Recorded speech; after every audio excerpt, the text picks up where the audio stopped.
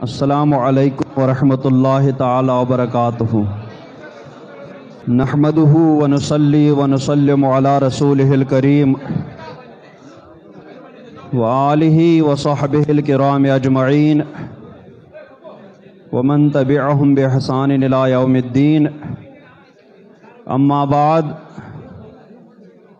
فاعوذ باللہ من الشیطان الرجیم، بسم اللہ الرحمن الرحیم۔ تبت یدا ابی لہب وتب ما اغنی عنہ مالہ وما کسب سیصلی نارا ذات لہب وامرأتہ حمالۃ الحطب فی جیدہا حبل من مسد۔ صدق اللہ مولانا العظیم وبلغنا رسولہ النبی الامین الکریم وَنَحْنُ عَلَى ذَلِكَ لَمِنَ الشَّاهِدِينَ وَالشَّاكِرِينَ وَالْحَمْدُ لِلَّهِ رَبِّ الْعَالَمِينَ۔ آئیے سب سے پہلے اپنے آقا و مولا تاجدار مدینہ صلی اللہ تعالی علیہ وسلم کی بارگاہ بے کس پناہ میں درود شریف کا نذرانہ پیش کریں۔ پڑھیں بآواز بلند، اللہم صلی علی سیدنا محمد وعلی آل سیدنا محمد واصحاب سیدنا محمد وبارک وسلم علیہ۔ میں نے جس سورہ مبارکہ کی تلاوت کا شرف حاصل کیا اس میں سرکار دو عالم صلی اللہ تبارک و تعالی علیہ وسلم کے ایک بہت بڑے گستاخ کا، اس کی تباہی اور بربادی کا اللہ تبارک و تعالی نے بیان فرمایا ہے۔ وہ کوئی اور نہیں تھا، وہ مختلف طریقوں سے سرکار دو عالم صلی اللہ تعالی علیہ وسلم کے متعلقین میں سے تھا۔ یوں تو عرب میں اس وقت بہت بڑے گستاخ پائے جاتے تھے، بہت بڑے دشمنان اسلام پائے جاتے تھے، مگر نام لے کر کے اللہ تبارک و تعالی نے قرآن پاک میں جس کا ذکر کیا وہ بہت بڑا گستاخ سرکار دو عالم صلی اللہ تعالی علیہ وسلم کا حقیقی چچا ابو لہب تھا۔ ابو لہب ایک تو سرکار صلی اللہ تعالی علیہ وسلم کا حقیقی چچا بھی تھا، اور دوسرا سرکار دو عالم صلی اللہ تعالی علیہ وسلم کا بالکل پڑوسی تھا، تیسرا سرکار دو عالم صلی اللہ تعالی علیہ وسلم کی دو صاحبزادیاں اس کے دو بیٹوں کے نکاح میں تھی، اور بھی کئی نسبتیں یہ سرکار دو عالم صلی اللہ تعالی علیہ وسلم سے رکھتا تھا۔ تو ہونا تو یہ چاہیے تھا کہ اتنی نسبتوں کے ساتھ اس کو غیرت آنی چاہیے تھی، سرکار کے ساتھ دشمنی رکھنے کے بجائے سرکار سے محبت رکھنی چاہیے تھی، سرکار سے نفرت رکھنے کے بجائے سرکار سے الفت رکھنی چاہیے تھی، سرکار کی مخالفت کرنے کے بجائے اس کو سرکار کی موافقت کرنی چاہیے تھی، کیونکہ عرب کی قبائلی عصبیت تعصب بہت مشہور و معروف تھا۔ قبیلے کا شخص اگر غلط بھی ہوتا تھا تو قبیلے والے تب بھی اسی کا ساتھ دیتے تھے، قبیلے والا اگر ظالم بھی ہوتا تھا تو قبیلے والے تب بھی اسی کا ساتھ دیتے تھے۔ لیکن ابو لہب نے ان چیزوں میں سے کسی بھی چیز کا پاس و لحاظ نہیں رکھا، بلکہ سب الٹا کیا، عرب کا سب سے بڑا دشمن اسلام بن گیا، سرکار دو عالم صلی اللہ تعالی علیہ وسلم کا سب سے بڑا گستاخ بن گیا، اور صرف زبان ہی سے نہیں، ایک جگہ بیٹھ کر کے مخالفت نہیں کرتا تھا،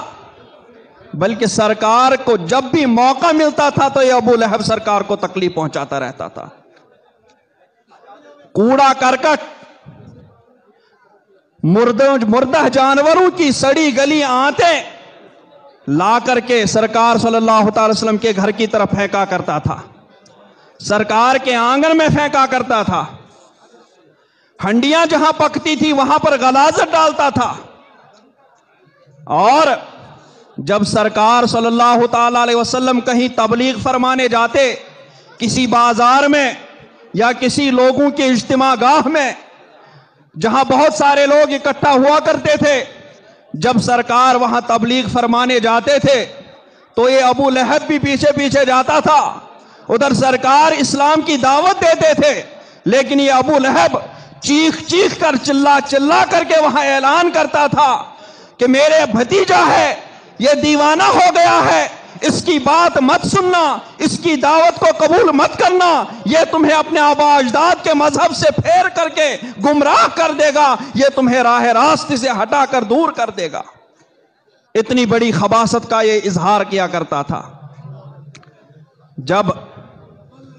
آیت کریمہ وَأَنذِرْ عَشِيرَتَكَ الْأَقْرَبِينَ نازل ہوئی کہ محبوب اپنے قریبی رشتہ داروں کو ڈرائیے، تو سرکار دو عالم صلی اللہ تعالی علیہ وسلم کو اور آواز لگائی، یا صباحا۔ آواز سنتے ہی سارے مکہ کے لوگ اکٹھے ہو گئے۔ جب نزدیک پہنچے تو سرکار دو عالم صلی اللہ تعالی علیہ وسلم نے ارشاد فرمایا، اے لوگوں، اگر میں تمہیں یہ بتا دوں کہ اس پہاڑی کے دوسرے طرف میں ایک لشکر ہے جو تم پر حملہ کرنا چاہ رہا ہے، تو کیا تم میری اس بات کی تصدیق کرو گے؟ تو اہل مکہ نے یک زبان ہو کر کے کہا کہ بالکل ہم آپ کی بات کو سچ مانیں گے، بالکل ہم آپ کی تصدیق کریں گے، کیونکہ آج تک ہم نے آپ کو صدیق سچا مانا ہے، آج تک ہم نے آپ کو صادق پایا ہے، آج تک ہم نے آپ کو امین پایا ہے، ہم آپ کی یہ بات ضرور مانیں گے۔ تو سرکار دو عالم صلی اللہ تعالی علیہ وسلم نے ارشاد فرمایا کہ سنو، اگر تم شرک کرو گے تو تمہیں میں بہت بڑے عذاب کا ڈر سناتا ہوں، بہت بڑے عذاب میں تم گرفتار ہو جاؤ گے، نارے جہنم میں تم گرفتار ہو جاؤ گے۔ یہ سنتے ہی سب سے پہلے جو شخص آگے بڑھا وہ ابو لہب تھا۔ ابو لہب آگے بڑھا اور اس نے انگلی کے اشارے سے سرکار دو عالم صلی اللہ تعالی علیہ وسلم کی طرف اشارہ کرتے ہوئے کہا، اے محمد صلی اللہ تعالی علیہ وسلم، تبًّ لک اما جمعتنا الا لہذا، تمہارے لیے معاذ اللہ بربادی ہو، تباہی ہو، کیا تم نے ہمیں صرف اسی لیے جمع کیا تھا؟ یہی بات سنانے کے لیے تم نے ہمیں جمع کیا تھا؟ یہ سنتے ہی سرکار دو عالم صلی اللہ تعالی وسلم نے تو کچھ نہیں فرمایا، عفو درگزر سے کام لیا۔ اس کے بعد ابو لہب واپس چلا گیا اور سرکار صلی اللہ تعالی وسلم تو خاموش رہے، لیکن سرکار کا رب پروردگار عالم اس نے ایک پوری سورت ابو لہب کی اس گستاخی کے جواب میں نازل فرمائی ہے، اور اس سورہ مبارکہ میں فرمایا، تبت یدا ابی لہب و تب، تباہ ہو جائیں ابو لہب کے دونوں ہاتھ، جس ہاتھ میں وہ انگلی ہے، جس انگلی سے اس نے سرکار کی طرف، جس انگلی سے اس نے میرے محبوب کی طرف اشارہ کرتے ہوئے سرکار کی گستاخی کی تھی، تباہ ہو جائے وہ انگلی، تباہ ہو جائے وہ دونوں ہاتھ، وہ تب، اور وہ تباہ و برباد ہو چکا ہے، اور وہ برباد ہو چکا ہے، ہلاک ہو چکا ہے، نقصان زدہ ہو چکا ہے۔ ما اغنا عنہ مالہ وما کسب۔ ابو لہب مکہ کے 4 رئیسوں میں سے ایک بڑا رئیس تھا، 4 بڑے رئیسوں میں سے ایک بہت بڑا رئیس ابو لہب تھا، لیکن اللہ تبارک و تعالی نے فرمایا، ما اغنا عنہ مالہ، اس کے مال نے اس کو کوئی نفع نہیں دیا، وما کسب، اور نہ ہی اس کی کمائی نے اس کو کوئی نفع دیا ہے۔ اس کی کمائی سے بعض مفسرین نے فرمایا کہ اس کی کمائی سے مراد اس کی اولاد ہے، اس کی نوجوان اولاد تھی، اور وہ اپنے مال پر بھی فخر کیا کرتا تھا، اپنی اولاد پر بھی فخر کیا کرتا تھا، کہتا تھا کہ اگر میرے بھتیجے کی یہ بات سچ نکلی، یہ بات صحیح نکلی، تو میں اپنی اولاد کو اور اپنے مال کو فدیے میں دے دوں گا اپنی جان کے بدلے میں۔ لیکن اللہ تبارک و تعالی نے فرمایا، ما اغنا عنہ مالہ وما کسب، اس کے مال نے بھی اس کو کوئی نفع نہیں پہنچایا، اور اس کی اولاد نے بھی اس کو کوئی نفع پہنچایا۔ اور یہ ابو لہب تنہا نہیں، بلکہ اس کی بیوی بھی اسی کے دوش بدوش کھڑی رہتی تھی، وہ بھی سرکار دو عالم صلی اللہ تعالی علیہ وسلم کو تکلیف دینے میں کوئی کسر باقی نہیں چھوڑتی تھی۔ وہ سردار کی بیوی ہونے کے باوجود وہ خود جنگل جاتی تھی اور وہاں سے کانٹے دار لکڑیاں، خاردار لکڑیاں چن چن کے لاتی تھی، اور سرکار دو عالم صلی اللہ تعالی وسلم کا جو گزرگاہ رہتی تھی، سرکار دو عالم صلی اللہ تعالی وسلم کا جو راستہ رہتا تھا حرم شریف میں جانے کے لیے، وہ ابو لہب کی بیوی اس راستے میں وہی کانٹے بچھایا کرتی تھی تاکہ کوئی نہ کوئی کانٹا چبھ کر کو سرکار کو تکلیف پہنچ جائے گی۔ اتنی بڑی گستاخ تھی یہ سرکار کی، اتنا تکلیف پہنچانے کے در پہ رہتی تھی سرکار دو عالم صلی اللہ تعالی وسلم کو۔ اس بیوی کے بارے میں بھی ابو لہب کے بارے میں فرمایا کہ اس کے مال نے بھی اس کو نہیں بچایا، اس کی اولاد نے بھی اس کو نہیں بچایا۔ سیصلی نارا ذات لہب، اس کا کیا ہوگا؟ ان قریب وہ شعلہ بھڑکی ہوئی آگ میں دھس جائے گا، بھڑکی ہوئی آگ میں گرفتار ہو جائے گا۔ وَامْرَأَتُهُ، اس کے ساتھ اس کی بیوی بھی اسی آگ میں اس کی بھڑکی ہوئی آگ میں داخل ہو جائے گی۔ کون سی بیوی؟ حمالۃ الحطب، جو جنگل سے لکڑیاں چن چن کے سرکار کو تکلیف دینے کے لیے لایا کرتے تھے۔ فی جیدہا حبل من مسد، وہ عورت، اس کے گلے میں سردار کی بیوی ہونے کا معاملہ ہو کر کے اس کے گلے میں موتیوں کا ہار پہنا رہتا تھا، لیکن اللہ تبارک و تعالیٰ نے فرمایا فی جیدہا حبل من مسد، اس کی گردن میں کھجور کی چھال کا رسہ، اسی کا ہار اس کی گردن میں رہے گا۔ اور علماء فرماتے ہیں کہ ایک دن وہ جنگل سے وہی خاردار لکڑیاں چن کر کے لا رہی تھی، ان خاردار، ان کانٹے دار لکڑیوں کو اس نے کھجور کے چھال کی رسی سے باندھا ہوا تھا۔ ایک جگہ وہ تھک کر کے آرام کرنے کے لیے بیٹھی، جو ہی بیٹھی تو کہتے ہیں ایک فرشتے نے آ کر کے پیچھے سے اس کی گٹھری کو کھینچا، اس کی وہی کھجور کی چھال کی رسی اس کی گردن میں پھنس گئی اور اسی سے اس کی موت ہو گئی ہے۔ فی جیدہا حبل من مسد، اس کے گلے میں مسد، کھجور کی چھال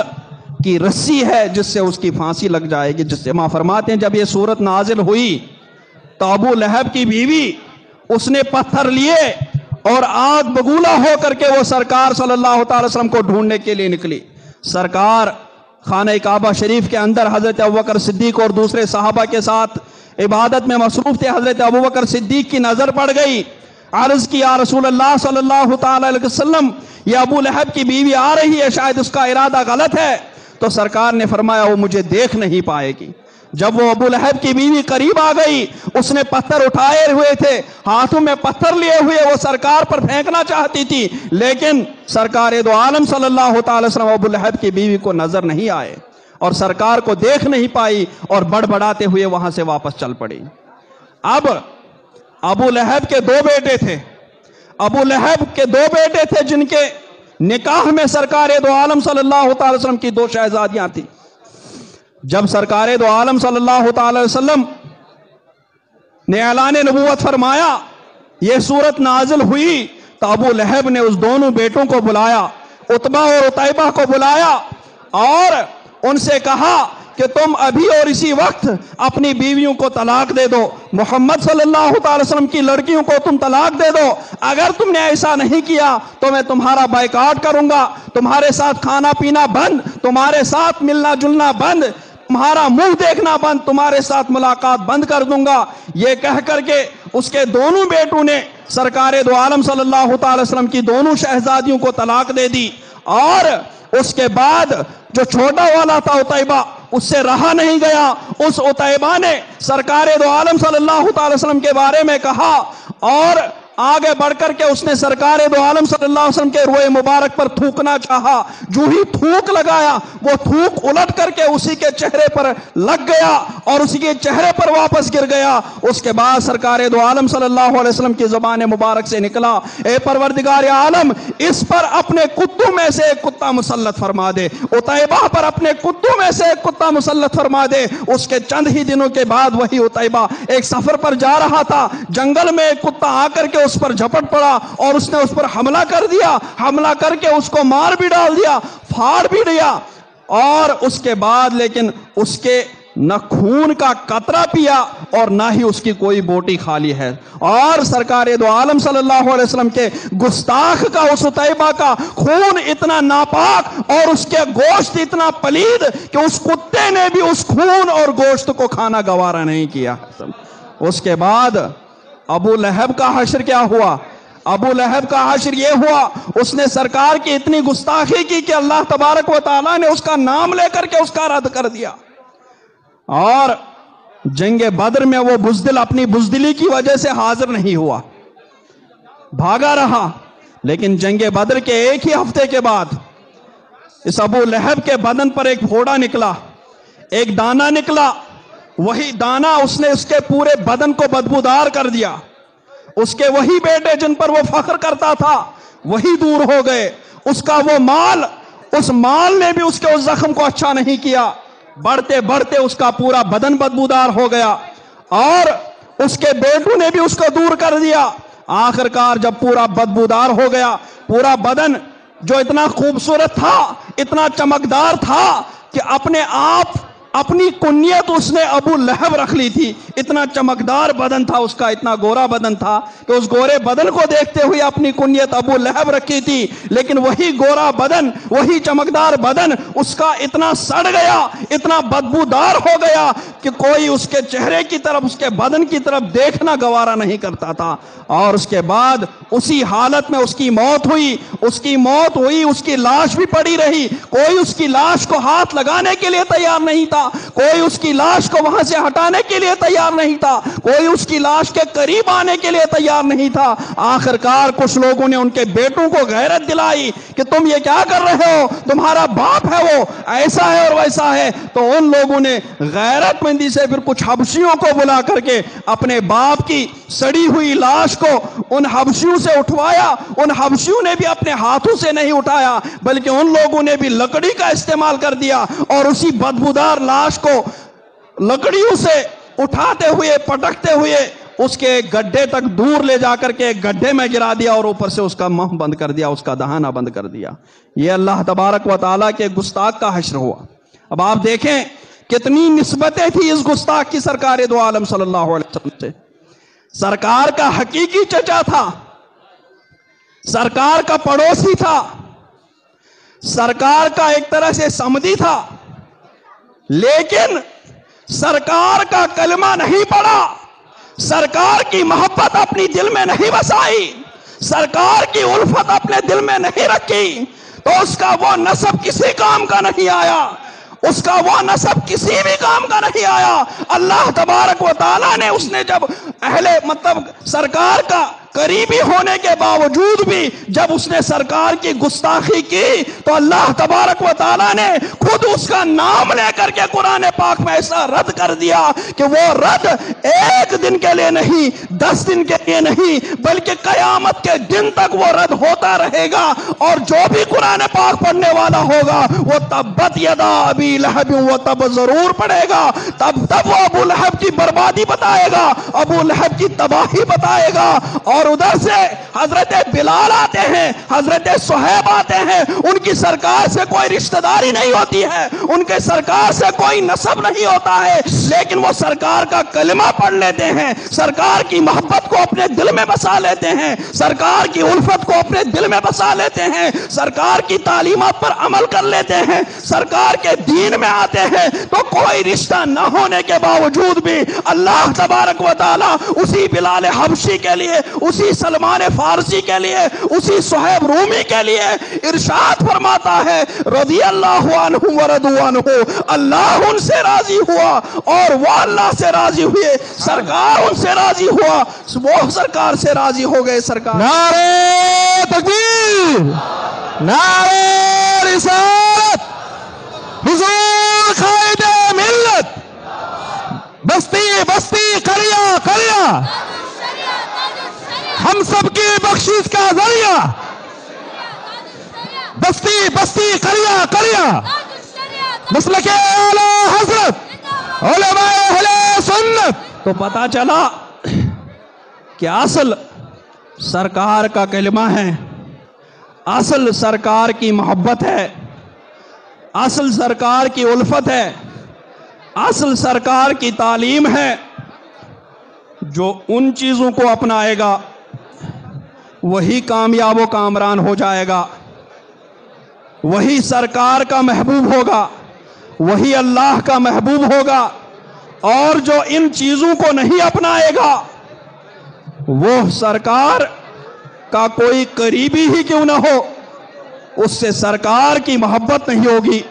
سرکار کی الفت اس کے دل میں نہیں ہوگی، وہ کسی کام کا نہیں ہوگا، وہ کچھ بھی ہو لیکن وہ ہر جگہ ناکام و نامراد ہی رہے گا۔ ہاں، جب سرکار کا کلمہ پڑھ کر کے دل میں سرکار کی محبت بسائے گا اور سرکار کی جو گستاخی کرے گا ان کا رد کرتا رہے گا، ان سے کسی قسم کا میل جول نہیں رکھے گا، تو اس کے لیے بھی اللہ تبارک و تعالیٰ سے بشارت ہے کہ رضی اللہ عنہم ورضوا عنہ۔ اسی پر میں اپنی بات ختم کرتا ہوں۔ وصلی اللہ تعالیٰ علی خیر خلقہ محمد وعلی آلہ وصحبہ اجمعین برحمتک یا ارحم